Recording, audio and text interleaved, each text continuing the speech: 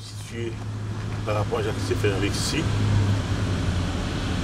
Je commence par vous dire que j'ai fait mes études primaires à l'école Jean-Marie Guillou, mes études secondaires au lycée Alexandre Pétion, et j'ai passé quand même quelques années chez le comte à étudier le génie civil, que je n'ai pas terminé.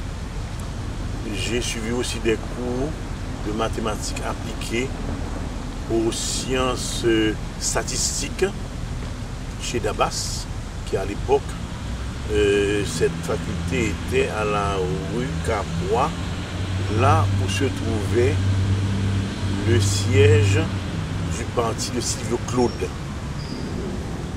Ensuite, en gros, ou encore, il y a des petites précisions, c'est important, à la SNAD, à la Société nationale d'art dramatique, où j'ai suivi des cours de théâtre avec Gabriel Imbert. C'est là pour la première fois, non pas pour la première fois, c'est là où j'avais rencontré des personnalités comme René Depès, Jacques Alexis, quelqu'un comme qui est en Afrique actuellement, vieux, connu, Lucien Lemoine, Jacqueline Scott. Encore, je peux préciser quel nom. Il y a Claudie Innocent, qui est homme de théâtre.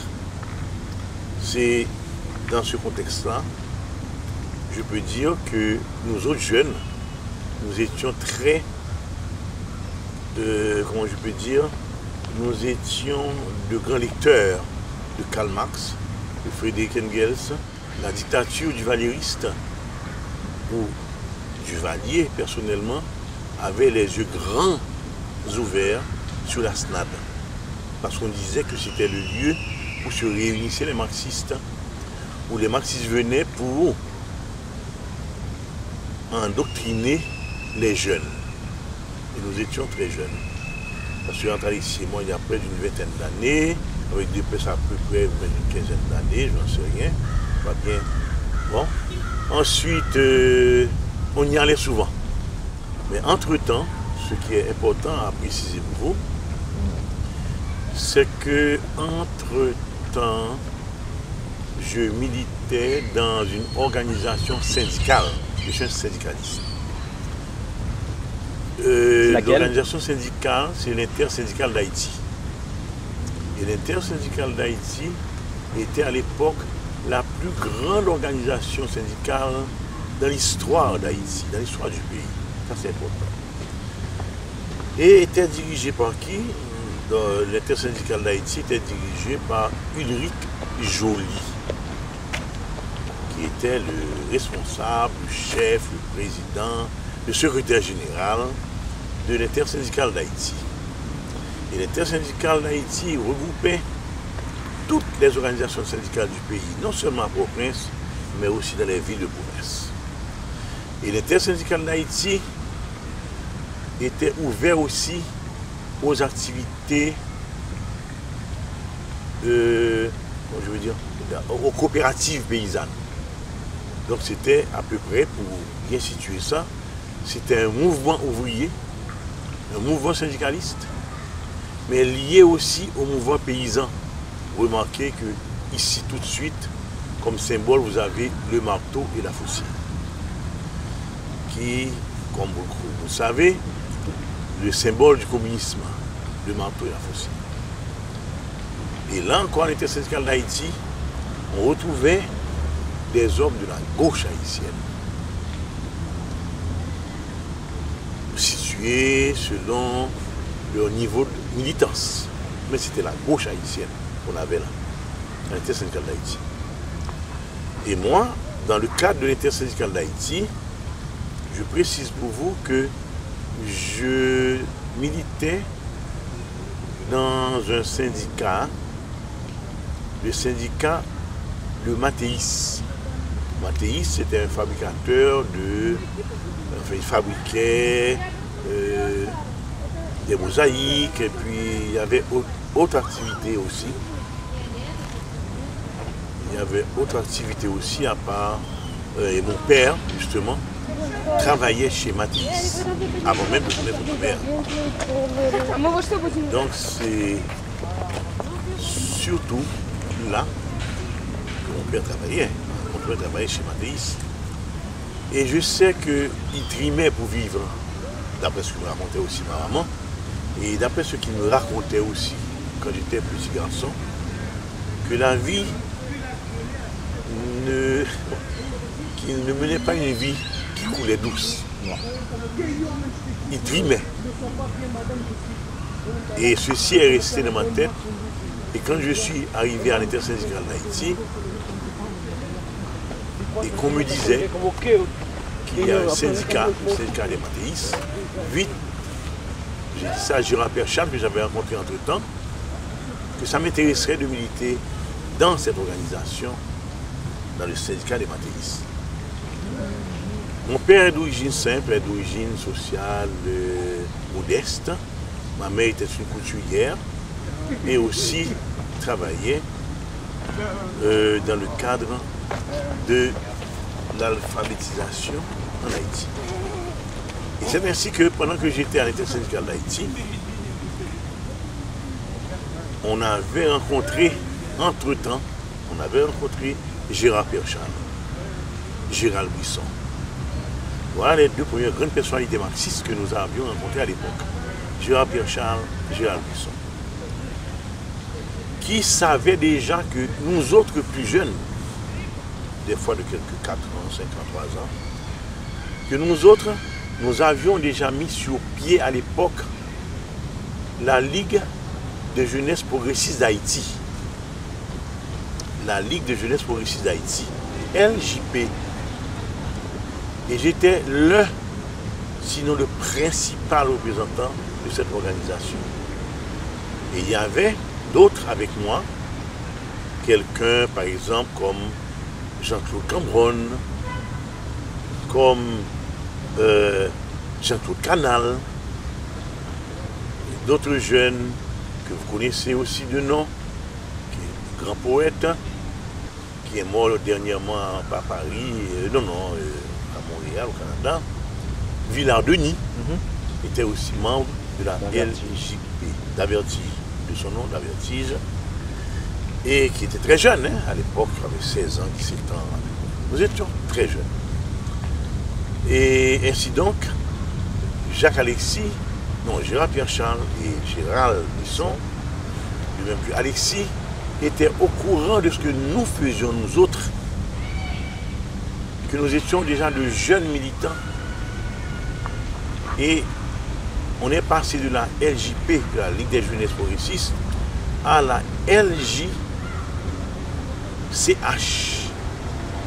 à la Ligue des jeunesses communistes d'Haïti. À la Ligue des jeunesses communistes d'Haïti. Et l'un de mes premiers poèmes à l'époque avait pour titre Coucou rouge. Les coucous rouges, ce sont les lucioles. Les lucioles, c'est un animalcule qui la nuit, avec leur feu vert, éclairait les ténèbres. Et c'est un symbole que vous allez encore rencontrer dans la comédie musicale que je suis en train de faire maintenant.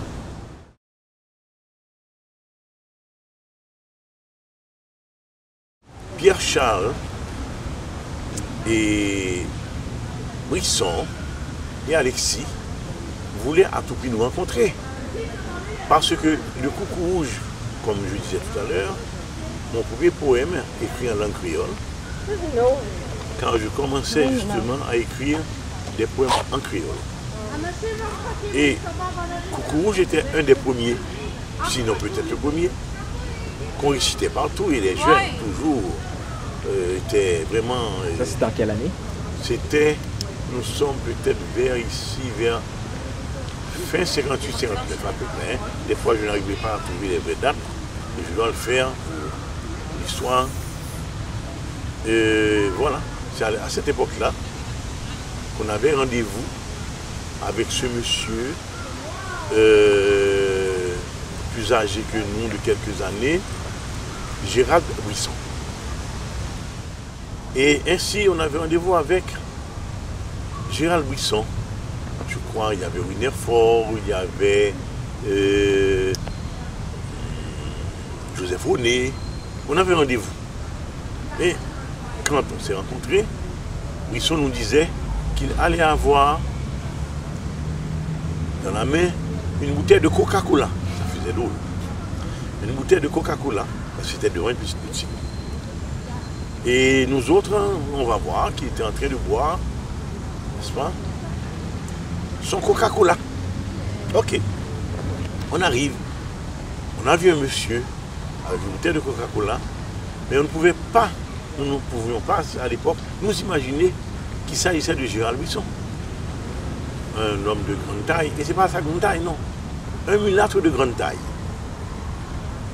Parce que, comme vous savez, après 1957, pendant toute cette période-là, on parlait encore de noirisme, de noirs, de mulâtres, comme si le pays était divisé en deux grandes classes, les noirs et les mulâtres. Et c'était à peu près aussi le noirisme de Duvalier, le noirisme d'Estimé, et tout le noirisme des politiciens haïtiens, très bien, Souchet à la classe des grands féodaux, des grands dons. Il agitait ce drapeau-là, le drapeau noiriste, pour combattre les mulâtres. Et les mulâtres, c'est vaste aussi, parce qu'il y avait des mulâtres féodaux, il y avait des mulâtres bourgeois, ça fait une différence. Il y avait des mulâtres des classes moyennes, des mulâtres petits bourgeois. Et il y avait aussi des mulâtres malheureux, misérables. Et ainsi donc, nous autres, on était un petit peu influencés par ça. Et je peux dire, ce qui nous avait corrigé, c'était quoi? Dans une certaine mesure, c'était Daniel Fignolet, qui menait une bataille sans trêve et sans relâche contre François Duvalier, qui accusait pendant toute la campagne électorale. Et il disait cette phrase que je n'oublierai jamais. Si vous laissez, en s'adressant aux trois autres candidats, disons aux deux autres, parce qu'il y avait 4 candidats à la présidence, il y avait Jumel, Duvalier, Desjoints et Fignolet. En s'adressant aux deux autres, je parle de Jumel maintenant et de Desjoints, il disait à ces deux-là, attention, si vous laissez le docteur François Duvalier, que je connais bien, accéder à la première magistrature de l'État, ce sera pour la ruine et la destruction complète de ce pays. Chaque monde a tout nom pintade, qui a descendu nous quand on pintade dans le bois. Tel a été, selon Benet Fignolet, sa façon de bien définir François Duvalier, et il voyait en lui déjà un dictateur. Et les jeunes avaient plutôt tendance à être, les jeunes progressistes, attention, avaient plutôt tendance à se mettre du côté de Daniel Fignolet. Et ainsi donc, quand on a vu Gérald Buisson, on avait peut-être sans le dire, cette petite réaction. C'est un grand mulâtre, mais de grande taille, qui impressionnait, hein, Gérald. Mais il était habillé simplement, avec une sorte de jean délavé, avec ce qu'on appelle les tennis chez nous, des tennis, jean délavé, et puis ça m'a ce qu'on appelle aussi maillot, chemisette. Mais tout simplement comme ça. Et un mulâtre dont les cheveux étaient comme on dirait qu'il ne s'était pas coiffé avant de venir à ce rendez-vous-là. Et ainsi, Gérard-Pierre Charles et lui et nous, on a décidé, ils étaient contents de savoir qu'on avait un journal qui avait petite Coco Rouge. Et je vais vous dire tout de suite après pourquoi Coco Rouge. Parce que Villard-Denis, qui était peintre déjà, jeune peintre et bon peintre, avait dans une sorte de troc à Saillé. Il a donné à Saillé, qui avait une galerie de peinture, il a donné à Saillé une de ses peintures pour avoir son appareil à miméographier qui se servait à l'encre rouge.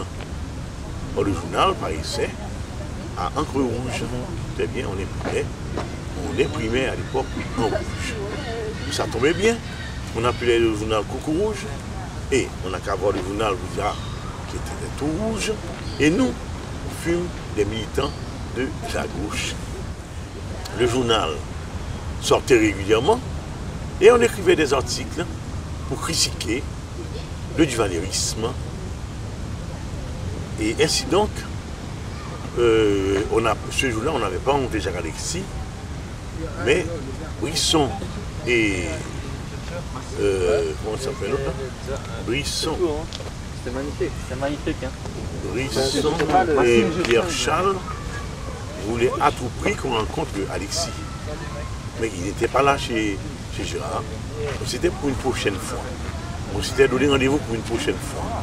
La prochaine fois, la rencontre devait se faire devant le local de l'intersyndicale d'Haïti. Très bien. Moi, j'avais déjà lu Compère Général Soleil, Les Arbres Musiciens, L'Espace de Ciment et Roman de Serro aux étoiles. J'avais déjà lu ces romans-là. Et Roman de Serro allait sortir à peu près à cette date-là. Mais j'avais lu tous les romans de Jacques, déjà sortis, déjà parus. Et ainsi, vous pouvez vous imaginer, moi tout jeune à l'époque, combien j'attendais Jacques pour voir cette personne. Et comment ça s'est passé? Je travaillais parce que j'avais fondé un mouvement théâtral ouvrier. J'étais en pleine répétition quand on venait me dire qu'il y a une voiture devant, il y a quelqu'un qui vous attend là. Déjà, oui, j'avais rendez-vous avec Pierre Charles et Brisson et Alexis. Vite, comme un fou. C'est comme une sorte de carrousel. Compère Général Soleil, les Arbres Musiciens, les Soirs de Ciment. Et puis j'étais comme fou. Je prenais les marches là, de l'escalier par 3. Je descends vite et j'arrive. Et je vois quelqu'un devant justement la voiture en train de faire un petit travail de mécanique parce que la voiture ne pouvait pas démarrer, on avait des problèmes pour démarrer. Et j'ai vu un chauffeur en train de mettre de l'ordre dans le moteur. Et j'entre dans la voiture qui était à côté de moi. Quand je rentre dans la voiture, il y avait Brisson et puis il y avait Wilnerfort. Et puis devant, il y avait Pierre Charles et puis le chauffeur. Et d'un coup, j'ai demandé aux jeunes qui étaient de notre promotion, qui faisaient partie de la Ligue des jeunesses communistes, où est Jacques? Il m'a répondu par un geste. Un geste, c'est un geste pour Jacques. Si je te demande pour Jacques, c'est normal. Je sais qu'on avait rendez-vous avec lui. Il m'a fait le même geste. Un moment, le chauffeur est venu. Et je vais Pierre Charles et on démarre. Je n'ai pas insisté. Je me suis dit peut-être qu'on va chercher Jacques. Peut-être que Jacques ira avec nous au rendez-vous qu'on avait à Source Matelas, qu'on devait rencontrer une coopérative de paysans. Que sûrement il est parti dans une autre voiture. On démarre. Et Pierre Charles qui pose une question au chauffeur. Qu'est-ce que vous pensez? Est-ce que vous pensez qu'il y a quel genre de relation existe-t-il d'après vous entre le marxisme et la cybernétique? Est-ce que vous pouvez me éclairer mes lanternes? J'ai rien compris. Je regarde le chauffeur. Car ce monsieur, je le connaissais. Enfin, d'après ce qu'on disait, on me disait qu'il était un médecin, neuropsychiatre, romancier, écrivain avec des articles dans les journaux, qui a participé dans les congrès à travers le monde, congrès sur la négritude, congrès sur mille choses, qui a rencontré les plus grands écrivains du monde. Ce monsieur-là, le chauffeur, ne pouvait pas être Jacques-Stéphane Alexis. et qui était comme Brisson, avec une sorte de maillot chemisette, comme on dit chez nous, avec un simple pantalon et même aussi des tennis à peu près comme. Et puis j'ai regardé et le chauffeur commence à répondre dans un français parisien, avec une diction parisienne. Et il articulait tellement bien ces phrases que je commence maintenant à m'en douter. Et tout ce qu'il disait, ça durait de longues minutes et presque une heure de temps. Et comme je le disais souvent, si j'avais à l'époque un appareil pour enregistrer, j'allais publier ça un jour comme un autre dit de Jacques Alexis.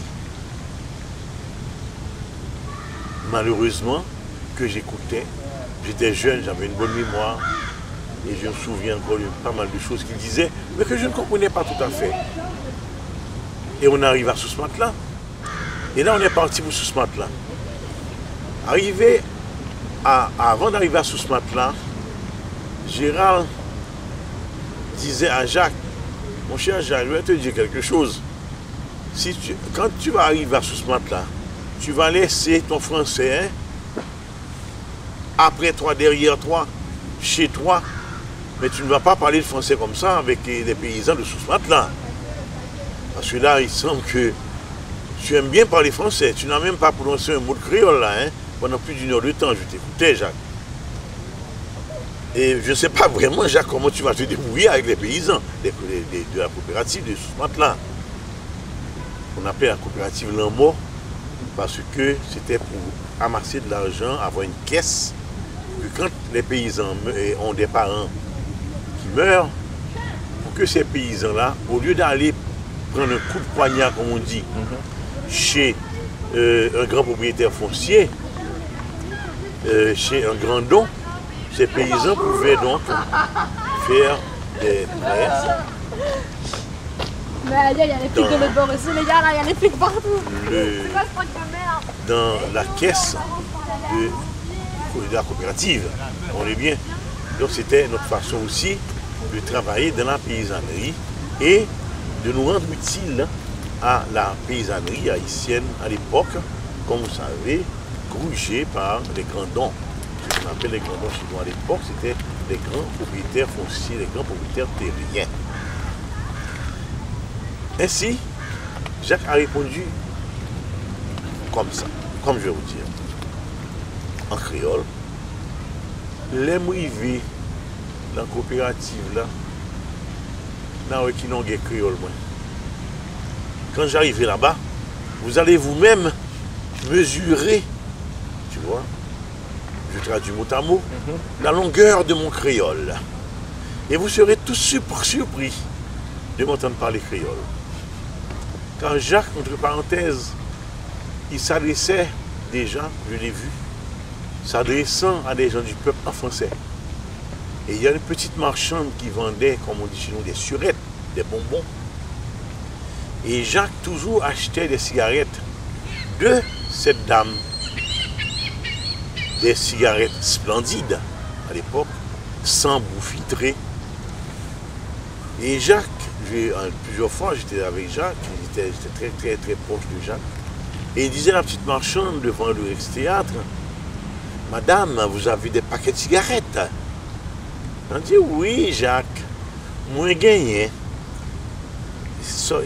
Qui m'a couvert, qui cigarette vous voulez? Splendide, ma chère.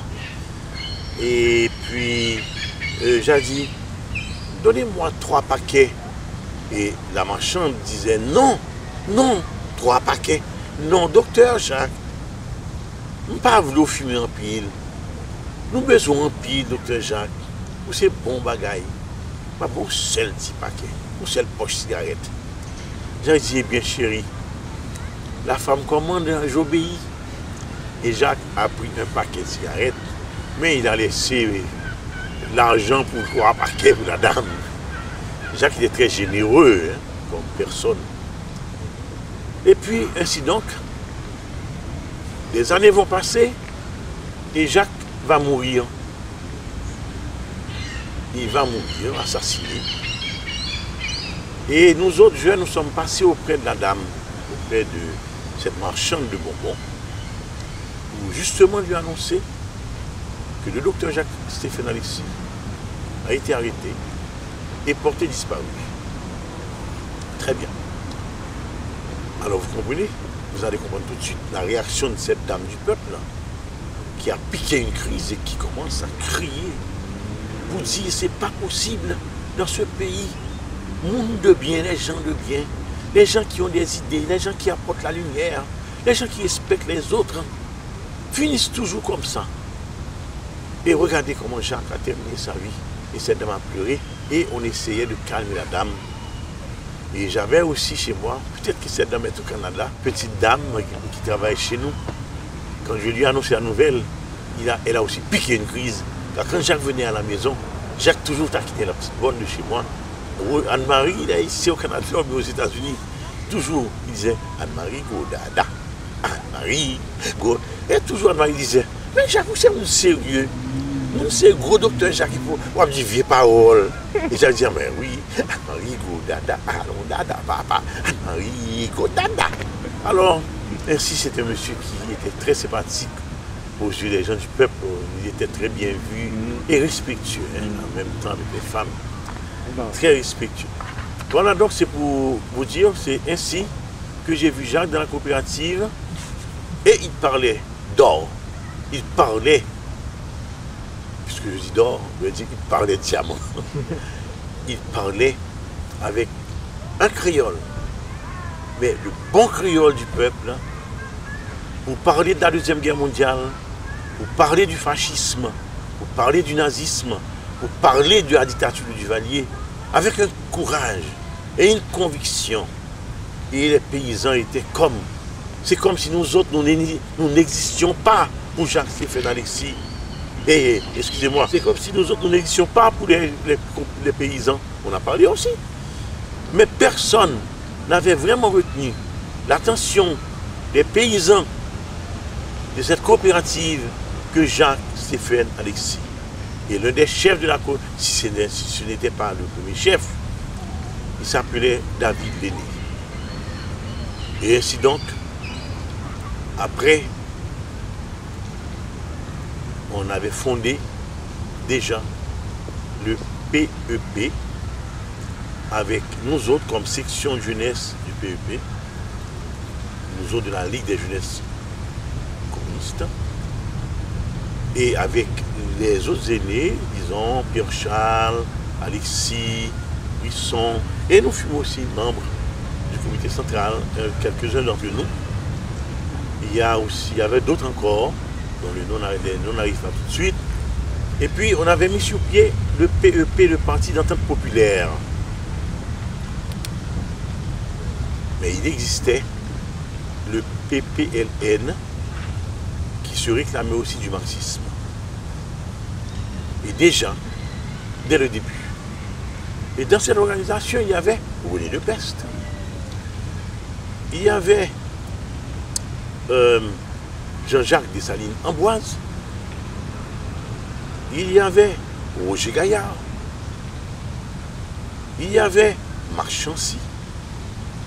Et tant d'autres. Et c'était déjà une polémique qui commençait entre le PEP et le PPLN, qui est devenu par la suite le PUDA. Et la polémique n'arrêtait pas. Mais il faut dire que nous autres, nous fûmes des militants, mais vraiment, on partait sans. C'était comme une locomotive, on n'arrêtait pas. Toute notre jeunesse était consacrée à ça. Et on arrivait à rassembler beaucoup de partisans. Et notre organisation, je peux dire, on militait dans l'intersyndicale d'Haïti aussi. Et comme on militait aussi dans l'intersyndicale d'Haïti, ça n'arrêtait pas. Ça n'arrêtait pas. Et comme ça, ainsi donc. Voilà que la décision, ça voilà. On est capable de filmer sur place. Non? Et comme ça, c'est une vieille réaction de militance. On prend la position. Bon, ça oui, c'est une même réaction qui nous conserve ça. À l'ère du Valérisme, on avait toujours les convois à la police. On se disait, les voici. Les voici, les voilà. C'est point d'assassin. Ok. Donc, on a formé, on avait le PEP, on militait, et on avait notre journal, un journal maintenant qui devient le journal du PEP. J'ai oublié de citer aussi Guy Meyer, qui faisait aussi partie de notre organisation.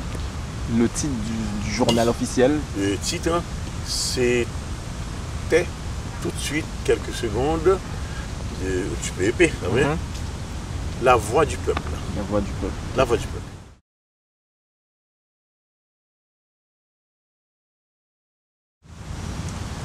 À ce moment-là, on était invité par la Chine populaire, par l'Union soviétique et par les pays de l'Est. Parce que nous, à ce moment-là, nous étions le premier parti politique de la gauche, disons, invité par la Chine, l'Union soviétique, etc., Tchécoslovaquie. Et ce qui a créé déjà un premier grand problème avec le PPLN. Je sais qu'il y avait un membre du PPLN qui avait voyagé un peu, peut-être une année avant nous, qui avait voyagé en Chine populaire. En Chine populaire, je ne me rappelle pas tout à fait son nom maintenant, qui avait voyagé en Chine populaire, et ainsi donc, c'était d'une année avant à peu près. Et voilà que nous sommes partis. Quand je dis nous sommes partis, nous étions 4 de la délégation. Je vous dis, Jacques-Stéphane Alexis, qui était le président ou le secrétaire général du Parti d'Entente populaire. Il y a un autre, là, souvent j'oublie son nom, on l'appelait Papa tellement toujours, il était le plus âgé. On l'appelait Papa, mais c'était un grand syndicaliste aussi. Il y avait aussi le paysan. Vous vous rappelez du paysan là? David Lenné, analphabète. Et moi, qui représentais le jeune. On devait faire le voyage au Prince, États-Unis, enfin disons New York, Paris, mais on devait aller en Suisse. Et on devait, une fois arrivé en Suisse, attendre Jacques Alexis. Parce que Duvalier refusait systématiquement qu'on donne un visa de sortie, parce qu'il y avait le visa de sortie en Haïti à l'époque, qu'on donne un visa de sortie à qui? À Jacques-Stéphane Alexis. Donc on devait l'attendre. Et je suis parti en premier avec 2 syndicalistes. Comme je suis parti en premier avec David Lenné, le paysan de la coopérative, comme je suis parti le premier avec lui, eh bien certainement, comprenez bien qu'on devait attendre Jacques. Et Jacques allait venir avec l'autre, c'est-à-dire celui qu'on appelait, à l'époque, on appelait Papa. Donc, Papa devait attendre Jacques pour voyager avec lui. Et ainsi donc, c'est ainsi que je devais faire Port-au-Prince, New York, Paris, Berne. Mais on m'avait refusé le visa parce que le consul qui m'avait convoqué ce même jour, quand on m'a refusé le visa, on m'a dit le consul veut vous voir, j'ai été voir le consul. Et le consul m'a dit que vous ne pouvez pas entrer aux États-Unis parce que vous êtes membre de l'intersyndicale d'Haïti et vous avez écrit dans l'auberge, c'était le nom je crois, le nom du journal de l'intersyndicale, l'auberge. Et voilà, donc c'est ainsi que je n'avais pas ce visa. Comment faire pour arriver jusqu'à Berne? Aux États-Unis, c'était plus possible. Ah, mais il y avait le Canada. À l'époque, on n'avait pas besoin de visa pour entrer au Canada. L'entrée était libre. Bon, j'ai changé le billet avec le billet de David. On a fait Port-au-Prince, Montréal, Paris, Berne, et on entendait Jacques à Berne. Et ainsi donc, on est resté là pour attendre Jacques, Stéphane, Alexis à Berne. Et le temps passe. Et là, je profitais aussi pour, à Berne, à acheter pas mal de livres, toute la collection de Shakespeare, de Bertolt Brecht, etc., des classiques, etc. Et je lisais énormément en attendant Jacques. Finalement, Jacques a pu trouver un moyen pour arriver à Berne. Je l'ai eu au téléphone. Quand il m'a parlé, le téléphone a sonné, j'ai pris le téléphone. Il a dit, papa, comment vas-tu, mon cher ami? Il dit, ah, Jacques. Il m'a dit, attention, il ne faut pas dire les noms des gens au téléphone. Ça a été la première réaction. Je n'avais pas, n'est-ce pas, tendance à prendre toutes ces précautions-là à l'époque, ne sachant pas tout à fait comment les choses étaient, ni ce que c'était que. Je savais que la CIA existait et d'autres organisations, etc. Mais on était un peu naïfs, mais vraiment très naïfs. Et ainsi donc, on est parti. On a fait de grandes tournées. On a été en Tchécoslovaquie, ensuite en Union soviétique à Moscou. Et ainsi donc, comme vous savez que Jacques Stéphane était un brillant romancier, mais un brillant romancier qui avait déjà laissé des romans extraordinaires. On va en parler peut-être tout à l'heure. Et ainsi donc, au cours de ce voyage-là, on a fait des rencontres extraordinaires de Nikita Khrouchtchev, de Souslov. On a fait le voyage en Chine. Ce fut Moscou pour arriver à Irkoutsk. Irkoutsk, c'est une ville, une petite ville en Sibérie. On était à Irkoutsk pour changer d'avion. Je me rappelle, j'étais en train de jouer aux échecs avec Jacques. Et on prenait du thé chaud. Parce qu'il faisait très froid à Irkoutsk. On était en plein Sibérie. Au cœur même de la Sibérie. Pendant qu'on était en train de jouer aux échecs, dans une salle fermée, enfin, il fait froid, donc toutes les portes étaient fermées, j'ai vu arriver une délégation d'Asiatiques, sans savoir de quel pays de l'Asie venaient ces gens-là.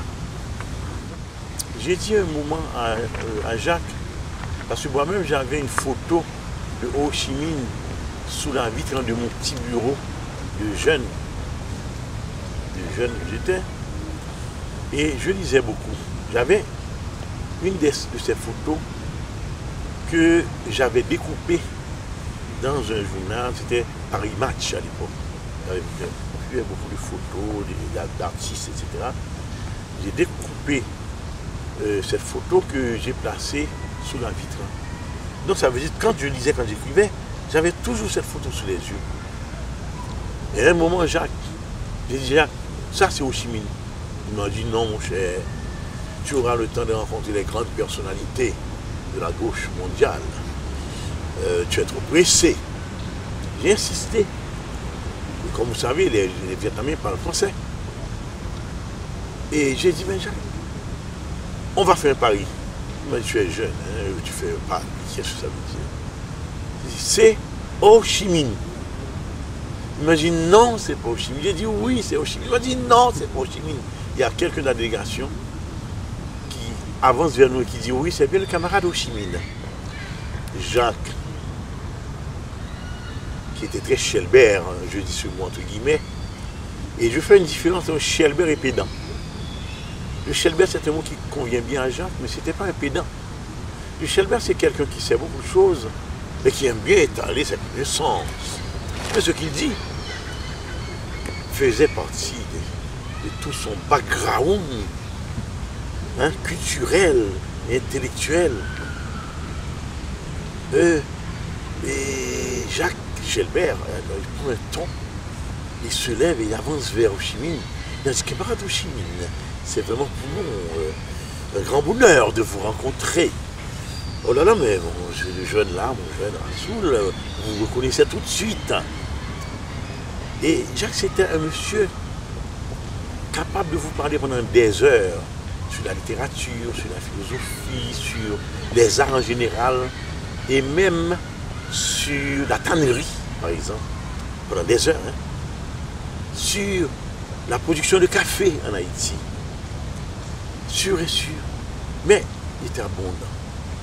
Alors là, il se lève, et tout Chelbert qu'il était, il a invité Ho Chi Minh à être avec nous et autour de cette table-là d'échecs, de jeux d'échecs. Et ils commençaient à se parler. Pour moi, c'était une chose extraordinaire dans ma vie. Qu'on est comme ça avec Ho Chi Minh, vous pouvez comprendre la grande émotion qui m'agitait et qui renforçait en même temps ma conviction dans la lutte pour le socialisme en Haïti.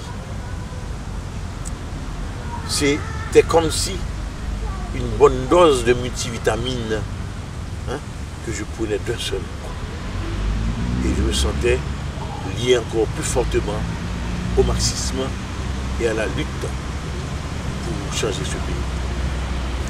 Ainsi donc, on a fait le trajet avec Ho Chi Minh, Pékin et Irkoutsk, Pékin. Et ce fut à l'époque de la grande divergence sino-soviétique. Nous sommes arrivés en pleine crise sino-soviétique. Comprenez bien que, toujours pour définir Jacques dans toutes ses dimensions, ainsi donc, comprenez bien que nous sommes arrivés en plein conflit sino-soviétique. Mais moi, jeune, très jeune. J'étais pas encore majeur, quand vous savez, à l'époque, pour avoir sa majorité, il fallait attendre 21 ans. Je n'avais pas encore 21 ans à l'époque. Et je suis là, encore mineur. Et ébloui devant toutes ces merveilles, ces rencontres. Et Jacques a discuté pendant le long trajet Irkoutsk-Pékin sur mille choses, sur ses romans, car ces romans étaient traduits dans plusieurs langues à l'époque, hein, sur les romans de Jacques, traduits dans au moins une bonne, je ne sais pas, une bonne dizaine de langues déjà à l'époque. Et Jacques discourait, parlait de ses romans avec une aisance incroyable. Et parlait aussi, non seulement de ses romans, parlait de l'organisation du parti, parlait du sens du mouvement. Et nous sommes là. Et nous sommes là, à Pékin. Et déjà à l'aéroport, on voyait les techniciens soviétiques qui partaient vers l'Union soviétique parce qu'ils recevaient l'ordre de laisser la Chine. Et des manifestations de jeunes communistes chinois, mais des manifestations contre l'Union soviétique et contre Khrouchtchev. On a enlevé partout la photo de Khrouchtchev, parce qu'il y avait partout, on passait dans les usines, partout, il y avait Karl Marx, Friedrich Engels, Staline, car ils étaient contre la déstalinisation des Chinois, et puis Khrouchtchev. On a enlevé la photo de Khrouchtchev. Il ne restait que 4 photos. Partout dans les usines, on voyait plutôt Marx, Engels, Staline et puis Mao Tse-tung. Voilà. Donc, en gros, c'était une façon pour parler de ce long trajet qui nous a conduit jusqu'à Pékin. Et puis, ainsi donc, au cours du rencontre, c'était comme dans un grand parc comme ça, comme on est là, un grand parc. Et il y avait des tentes, on appelle ça des petits bungalows, des petites tentes, et selon les délégations. Et nous étions sous une tente avec notre guide. Une dame, une femme, une jeune femme de 25 ans, 24-25 ans, plus âgée que moi, et qui me prenait pour un petit garçon, et qui me tenait par la main, qui s'appelait Shaoxi. Shaoxi. Et qu'on ainsi, Shaoxi, dans le moment, voyant arriver Mao Tse-tung et la délégation de Mao, avec Ho Chi Minh, le grand Li, le petit Li, Mao, il y avait encore peut-être un autre ou deux autres, une femme aussi, deux autres femmes. Et d'un seul coup, elle nous a dit, ah voilà, la délégation, voilà, c'est Mao Tse-tung, la camarade Mao Tse-tung qui arrive avec une délégation. Je n'avais jamais vu Jacques intimidé devant personne, quelle que soit la taille de l'intellectuel, du militant qui était en face de lui. Je n'avais jamais vu Jacques se faire laisser intimider, même pour une fraction de seconde devant, quelle que soit la personnalité intellectuelle ou politique, quelle que soit la grandeur de l'artiste. Et j'ai vu Jacques avec un petit visage de timide, très intimidé, taper sur sa boîte d'allumettes. Il avait une boîte d'allumettes venant d'Haïti. Taper sa cigarette, passer, allumer la cigarette en tremblotant. Il dit, ah, et donc c'est une personnalité qui va arriver là. Et j'ai vu Jacques avec un petit sourire timide, regardant dans la direction de Mao Tse-tung. Et nous étions tous comme ça. Mais c'était comme, je ne sais pas comment vous dire en même temps, c'était comme un grand froid et une grande chaleur qui nous traversait. Parce qu'on allait recevoir, sous notre tente, on allait recevoir Mao Tse-tung avec sa grande délégation Ho Chi Minh. Excusez-moi, Chou En-lai, comme on dit aussi. Et Mao qui s'amenait et qui nous regardait. C'est comme si son regard nous traversait. Et Mao, dans sa langue chinoise, avance vers Jacques et disait à Jacques, bien sûr je ne parlais pas chinois, c'est le ton seulement qui me reste. Jacques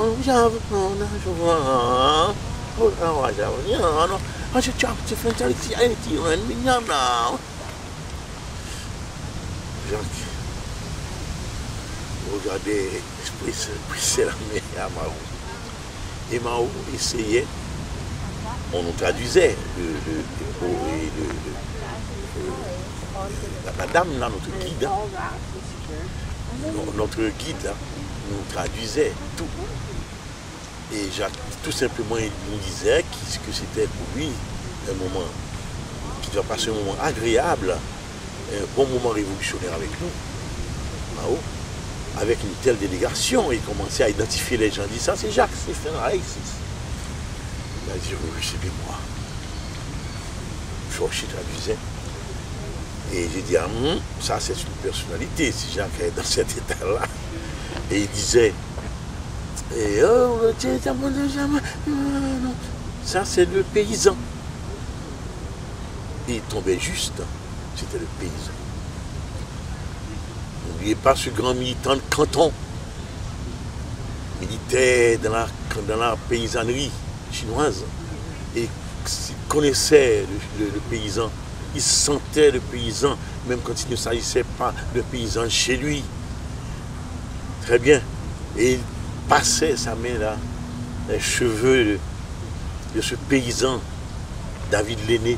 Et il a dit ça, c'est le syndicaliste, l'ouvrier, le prolétaire. Il tombait juste. Il n'allait plus se tromper, car il savait que la délégation allait être composée du secrétaire général, l'écrivain, du paysan, d'un ouvrier prolétaire, d'un prolétaire et syndicaliste, et d'un jeune. Donc voyais vraiment que j'étais le plus jeune de tous. Ils ont dit ça, c'est le jeune.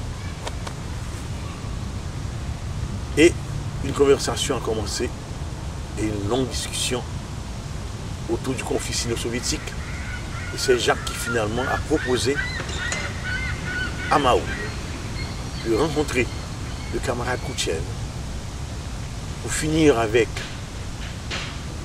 cette polémique qui a commencé à affaiblir le mouvement marxiste en Amérique latine et partout dans le monde, dans le tiers-monde.